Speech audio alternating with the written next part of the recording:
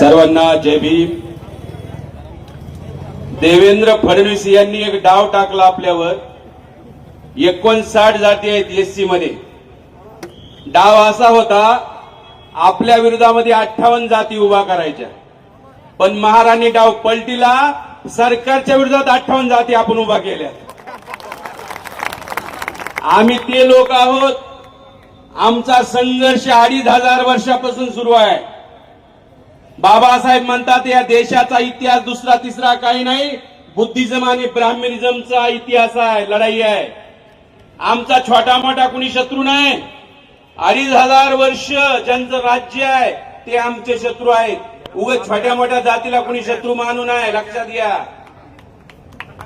सर्वोच्च न्यायालयाने 1 ऑगस्टला निर्णय दिला 2024 ला। त्या दिवशी अण्णाभाऊ साठेंची जयंती होती। त्याच दिवशी मला कळालं होतं की या निर्णयाचा पडसाद महाराष्ट्रात होणार आहे। कारण 2 ऑगस्टला मी ते जजमेंट 600 पानाचं डाउनलोड केलं, प्रिंट काढली, आणि 3 ऑगस्टला पहिला व्यक्ती आहे मी भारतातला या विषयावर बोलणारा। आणि वर्गीकरणाचा निर्णय द्यायला कुणाला लावलं? आमच्याच माणसाला, भूषण गवईला। जंगल ज्यावेळेस कापलं जाते, झाडं कापले जाते, लोखंडाची कुऱ्हाड कापू शकत नाही, त्याला दांडा असतो लाकडाचा। भूषण गवई आमच्या समाजातला दांडा आहे, दांडा, लक्षात घ्या। आमचा फरक नाही, जो बाबासाहेबांच्या विरोधात त्याचे आम्ही पोलखोल करणार, तो कुणी का असा।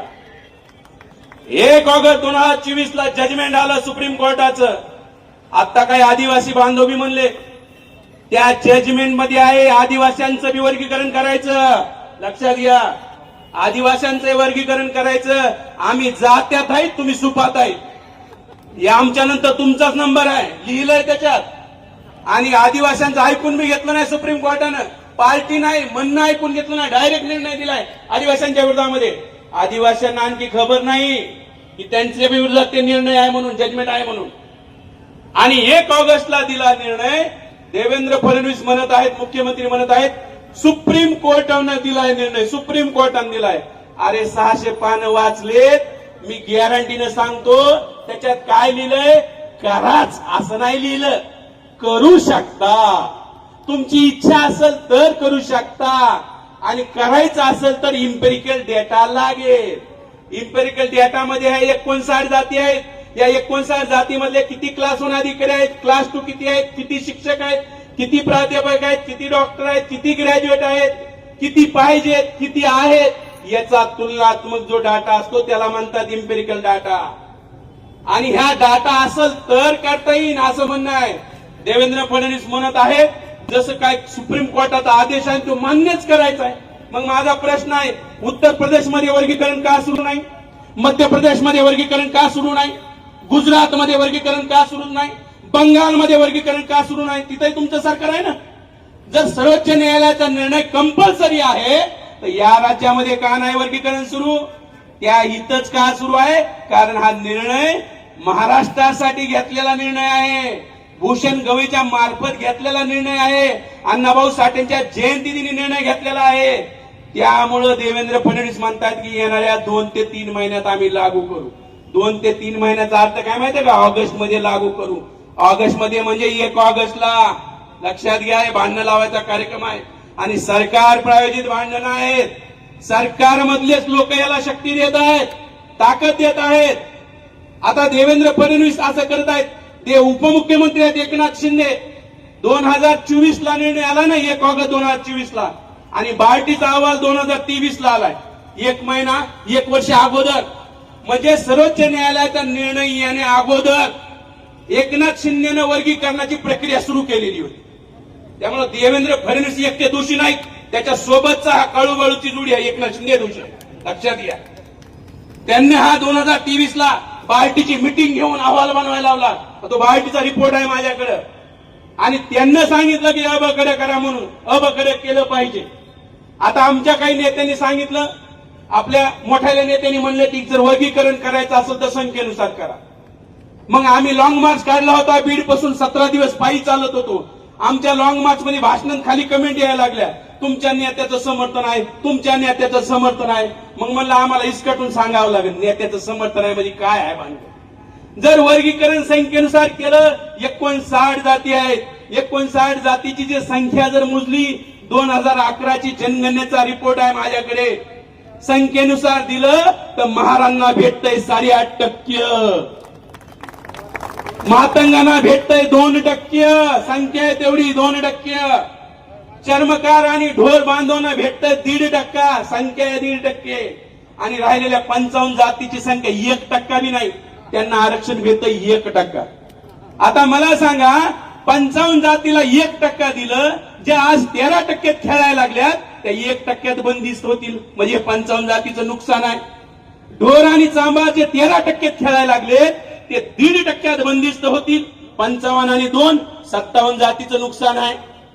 आणि मातंग बांधव म्हणत जरी किती जरी असला तरी माझी ही विनंती आहे बाबा, पंजाबमध्ये वर्गीकरण झाले 1975 ला, ते संख्येनुसार झाले. हरियाणामध्ये वर्गीकरण झालंय संख्येनुसार झालंय. आंध्रामध्ये वर्गीकरण झालंय संख्येनुसार झालंय. तेलंगणामध्ये वर्गीकरण झालंय संख्येनुसार झालंय. तमिळनाडूमध्ये वर्गीकरण झालेलं आहे संख्येनुसार झालेलं आहे. फक्त कर्नाटकमध्ये 1%चा फरक आहे, नाही तर 5 राज्यामध्ये संख्येनुसार वर्गीकरण झालंय. आणि जर मग संख्येनुसार झालं तर मातंग बांधवांना मिळतंय 2%. म्हणजे मातंग बांधवाचंही नुकसान आहे, जे 13% खेळायले 2% बंदिस्त होतील. मग फायदा कुणाचा आहे? फक्त महाराजांचा फायदा. आणि तुम्ही म्हणाल मग फायदा आहे तर विरोध काऊन करायला आपण? अरे फायदा आणि तोटा बघून निर्णय घेणारी आमची अवलाद नाही. जी गोष्ट संविधानाच्या विरोधात असते त्याचा आम्ही विरोध करतो. जी गोष्ट बाबासाहेबांच्या विचाराच्या विरोधात असते त्याचा आम्ही विरोध करतो. फायदा आणि तोटा बघून निर्णय घेत नाही. या जर फायदा जर झाला ना वर्गीकरण, तुम्हाला सांगतो 29 आमदार आहेत राखीव मतदारसंघात. 29 पैकी 18 महारा म्हणते ना 18. जर तुम्ही नोकरीमध्ये लागू केलं, आम्ही लय आगाव लोक आहेत. हे मोर्चे आंदोलन तर आमच्या जिंदगी गेल्या. हे आम्हाला शिकवू नका काय करायचं असतं. हे कोणतीच अशी जात नाही एवढी जागृत जात आहे. जसं 2 महिन्यातच पेटला का नाही महाराष्ट्र. 2 महिन्यात तालुक्याला खेड्यापाड्यातून आमच्या या बहिणी आल्यात. ही साधी बाब नाही, ही जात वेगळी आहे. म्हणून बाबासाहेब म्हणले होते मला धन्य वाटतं त्या जातीत जन्मलो. ही जात लय वेगळी आहे. अहो आम्ही लॉंग मार्च काढला तर आम्हाला सगळीकडे जेवण, वाकीकर सर त्याचे साक्षीदार आहेत, बरोबर आहे ना सर? जेवण, सगळे राहण्याची व्यवस्था, जेवणाची व्यवस्था सगळं समाज करतो. जे संघर्ष करतात पोरं त्यांच्या मागे समाज उभा राहतो. त्यामुळे मी सांगायलोय, जर तुम्ही वर्गीकरण नोकरीत केलं सरकारनं, उद्या आंबेडकर आधी म्हणते आता राजकारणात बी करा. मग राजकारणात केलं तर मग आमचे 18 आमदार होते, ग्रामपंचायत सरपंच किती होते, नगरसेवक, पंचायत समिती, जिल्हा परिषद. आम्हाला माहित नाही काय, मारापेक्षा मांग भरा, मांगापेक्षा चांबार भरा, चांबारापेक्षा ढोर भरा, ढोरापेक्षा जंगम भरा. तिकीट देताना आम्हाला थोडी देतात तुम्ही तिकीट. ह्याच्यापेक्षा कसा कोण भरा हे बघितलं जातं. ही राजकारणाची असलीयत आहे. आणि मग आम्ही जर राजकारणात माहित तर काय होईल? गोळ होईल ना. आम्ही विरोध यासाठी करायला लागलो, आम्हाला जे आरक्षण मिळतं ते भारतीय संविधानाच्या 341 नुसार, आदिवासींना 342 नुसार, ओबीसींना 340 नुसार. 341 मध्ये काना, मात्रा, एलांटी जरी बदलायची असेल तो अधिकार पार्लमेंटचा आहे, संसदेचा आहे, राज्याचा अधिकार नाहीये. सुप्रीम कोर्टाने बदमाशगिरी केली. काय बदमाशगिरी केली? अरे कलेक्टरच्या ऑर्डर मध्ये बदल करायचा अधिकार तलाट्याला असतो का? हे तर असं झालंय, जी सूची, जी लिस्ट आपली आहे शेड्यूल कास्टची, ती राष्ट्रपतीच्या सहीनं पब्लिश होते, राष्ट्रपतीनं. आणि जर राष्ट्रपतीनं जी लिस्ट बनवली, माझा सवाल आहे राज्य सरकारला कसं काय तुम्ही अधिकार द्यायला लागलात? हा निर्णय संविधानाच्या विरोधात जाऊन दिलेला आहे. सुप्रीम कोर्टानं हा निर्णय संविधानाच्या विरोधात जाऊन दिला आहे. आम्हाला लोकांना वाटतं सुप्रीम कोर्ट सुप्रीम आहे. अरे बाबांनो, सुप्रीम कोर्ट सुप्रीम नाही, भारताचं संविधान सुप्रीम आहे. अरे बाप आहे, त्या सुप्रीम कोर्टाची निर्मिती कोणी केली? भारतीय संविधानाने केली. त्या सुप्रीम कोर्टाचा बाप आहे भारताचं संविधान. त्यामुळे सुप्रीम कोर्ट म्हणलं म्हणजेच लय खरं असतंय, अशा भरमात राहू नका. 1973 पर्यंत, 1950 ला संविधान लागू झालं. 1973 पर्यंत सुप्रीम कोर्ट काय म्हणायचं माहित आहे? जे प्रिएम्बल आहे संविधानाचं, जे पहिलं पान आहे प्रिएम्बल, हे संविधानाचा भागच नाही म्हणायचे. 23 वर्ष लागली. ठीक आहे, 23 वर्ष लागले की त्यांना म्हणायला की हे संविधानाचा भाग आहे. त्यामुळे सुप्रीम कोर्ट म्हणलं आणि ते फायनल असतंय, या भ्रमात राहू नका. बाबासाहेबांनी ज्यावेळेस 341 आर्टिकल बनलं होतं यासाठी बनलं होतं. बाबासाहेबांना अधिकार केंद्राला दिला, पार्लमेंटला दिला. एखादी जात एसटी टाकायचा अधिकार पार्लमेंटचा आहे, एखादी जात एसटीतून काढायचा अधिकार पार्लमेंटचा आहे, वर्गीकरण करण्याचा अधिकार पार्लमेंटचा आहे. बाबासाहेबांना माहित होतं हे राज्य सरकार बदमाश लोकांच्या हाती जातील आणि हे लोक याचा दुरुपयोग करतील. दुरुपयोग होऊ नये म्हणून बाबासाहेबांनी ही तरतूद केली आणि बाबासाहेबांच्या तरतुदीला डावलून सुप्रीम कोर्टाने हा निर्णय दिला. म्हणून हे आर्टिकल 341चं उल्लंघन आहे, संविधानाचं उल्लंघन आहे. म्हणून आम्ही त्यांच्या विरोधात आहोत, लक्षात घ्या. दुसरी बाब, बदर कमिशन बसवलं, घाईमध्ये बसवलं. आज मी माहिती अधिकाऱ्याकडे आम्हाला माहिती आली. माहिती काय आली? हा आनंद बदरनं जे महाराष्ट्रभर फिरला 27 लाखाचे बिल काढलेत त्यांनी बार्टीकडून, 27 लाखाचे. माझा प्रश्न आहे, हा बदर महाराष्ट्रात फिरला, तुमच्या सिल्लोडमध्ये आलाय का बदर? तुम्ही हे आपल्या संभाजीनगरमध्ये आलता का कधी बदर? बदरचा फोटो बघितलाय का कुणी? बदरचा एखादा व्हिडिओ आहे का? अरे 27 लाख कशावर खर्चिले? अनिल कपूरचा जो मिस्टर इंडिया पिक्चर आहे त्याने बघितला असेल आणि ते घड्याळ घेऊन आला होता काय? गायब होऊन फिरला काय महाराष्ट्रात? त्या बदर सारखा थर्ड क्लास अहवाल बनलेला नसेल. आम्ही म्हणालो जाहीर करा, सरकार जाहीर करी नाही. माझं परत मातंग बांधवांना आव्हान आहे, लक्षात घ्या. तुम्हाला सरकार गुमराह करायले. जर सरकारला मातंग समाजाचं कल्याण करायचं असेल तर बदर समितीला चांगलं काम करायला लावलं असतं. 59 जातीचा डाटा गोळा करायला लावलं असतं. देवेंद्र फडणवीसांनी तसं नाही सांगितलं. काही न करून थर्ड क्लास अहवाल दी. ज्या दिवशी हा अहवाल पब्लिश होईल दुसऱ्याच दिवशी आपण कोर्टात जाणार आणि त्याच्यावर स्टे आणणार आणि मग फडणवीस म्हणणार मला तर द्यायचंच होतं. बघा महाराष्ट्र कोर्टात गेले. हे मातंगासोबत षडयंत्र सुरू आहे देवेंद्र फडणवीसचा. आम्ही म्हणलंच नाही ईमेल आयडी द्या, आम्हाला सूचना द्यायच्यात. आम्ही म्हणलंच नाही, सरकारनंच ईमेल आयडी दिला. 15 एप्रिल सांगितली, ज्या दिवशी आपली जयंतीत व्यस्त आहेत. मग आपल्या लोकांमध्ये गडबड झाली, काहीतरी घोळ आहे. 1 लाख मेल गेले, त्याच्यातले 85,000 आपण पाठवले. 85,000 वर्गीकरण नको म्हणून. देवेंद्र फडणवीसांना माहित नाही का की महाराजचा हुशार आहेत, शिक्षित आहेत, मोबाईल यांच्याकडे आहेत, हे पटापट मेल करते आणि मेल करते. मग आता देवेंद्र फडणवीस आता म्हणतायत की जेवढ्या सूचना आल्या त्या 1 लाख सूचनांचा आम्ही निपटारा करू. निपटारा करू म्हणजे काय? 85,000 म्हणायले, नका देऊ. मग आता देता येणार नाही तुम्हाला, महाराज म्हणायला लागले नका देऊ. अरे बाबा न तुम्हाला द्यायचा विषय नाही हा. ज्यांनी 2,500 वर्ष आमच्यावर अन्याय केला, आमच्या गळ्यामध्ये मडकण कमरेला झाडू बांधला, ते न्याय देणार आहेत का एवढी? ते न्याय देण्यासाठी करायले नाहीत. हे फक्त भांडण लावण्याचा कार्यक्रम आहे, देण्या घेण्याचा विषय नाहीये. त्यामुळं आपण सावध राहिलं पाहिजे.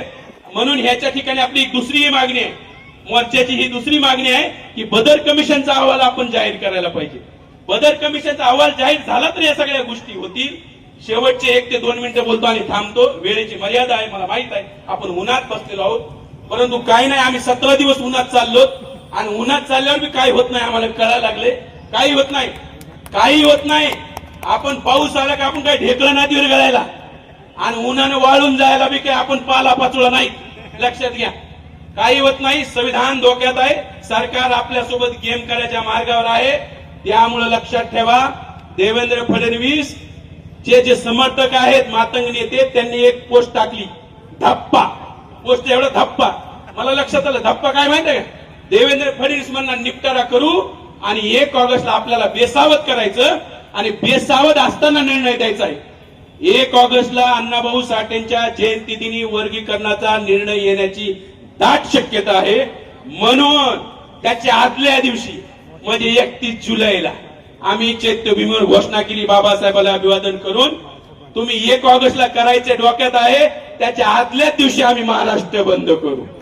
करायचं का नाही महाराष्ट्र बंद? आणि महाराष्ट्र बंद करायची ताकद या निळ्या रुमालात आहे, लक्षात घ्या. कुणाची ताकद नाही. जर हे निळ्या अवलादी आल्या ना रस्त्यावर, महाराष्ट्र कसा बंद होतो? भीमा कोरेगावच्या दंगलीनंतर बघितलंय महाराष्ट्रानं आम्ही कसा महाराष्ट्र बंद करतो ते. आम्हाला सगळं माहित आहे. आमचा नाद करू नका.